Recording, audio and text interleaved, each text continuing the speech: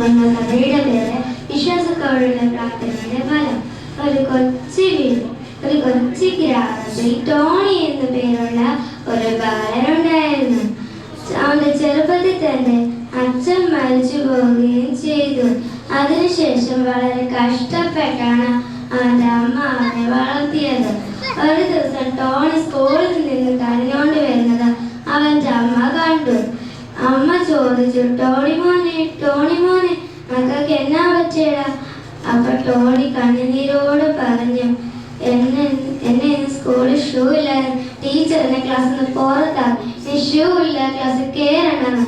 സ്കൂളിൽ എനിക്ക് മാത്രമേ ഷൂ ഇല്ലാത്തതുള്ളൂ. അവിടെ ഞാൻ എത്ര കാലമായി പറയുന്നത് ഷൂ മേടിച്ചതാ. ഇത് കേട്ട അമ്മയുടെ ഹൃദയം തകർന്നു. അമ്മ സങ്കടം ഉള്ളിൽ വെച്ച് ടോണിയുടെ കണ്ണുനീർ തുടച്ചുകൊണ്ട് പറഞ്ഞു, ടോണി മോനെ, കത്താപ്പച്ചനോട് കരഞ്ഞു പ്രാർത്ഥിക്കും. മോൻ എന്തെല്ലാം ആവശ്യം വേണം അതെല്ലാം കത്താപ്പച്ചൻ വേണം. അതും വിശ്വസിച്ച് ടോണി മുറിയിൽ കയറി വാതിൽ മേടിച്ച് മുട്ടിപ്പായി നിന്ന് പ്രാർത്ഥിച്ചു. എന്നിട്ട് സ്വസ്ഥതയോടെ കിടന്നുറങ്ങി. രാത്രിയായപ്പോൾ ആരോ വാതിലിൽ മുട്ടുന്ന ശബ്ദം തുറന്നു നോക്കിയ അമ്മ അയൽവാസിയായ തോമസ് ചേട്ടൻ കയ്യിൽ ഒരു പൊതിയുമായി നിൽക്കുന്നതാണ് അമ്മ കണ്ടത്.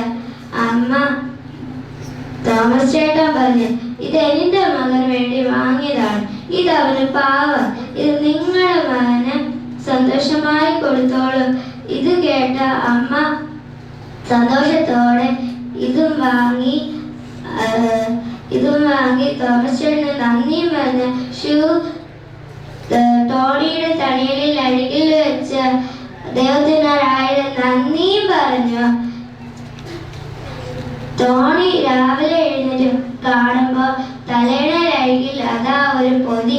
അവൻ ധൃതിയിൽ അത് അഴിച്ചു നോക്കുമ്പോൾ ഇതാ ഒരു ജോഡി പുതിയ ഷൂസ്.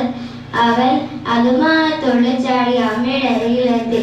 അമ്മ പറഞ്ഞു, മോൻ കത്താപ്പച്ചോട് കരഞ്ഞു പ്രാർത്ഥിച്ചതിന്റെ ഫലമായിട്ടാണ് മോൻ ഈ ഷൂസ്. ഇതിൽ നിന്ന് നമുക്ക് എന്താ മനസ്സിലായി?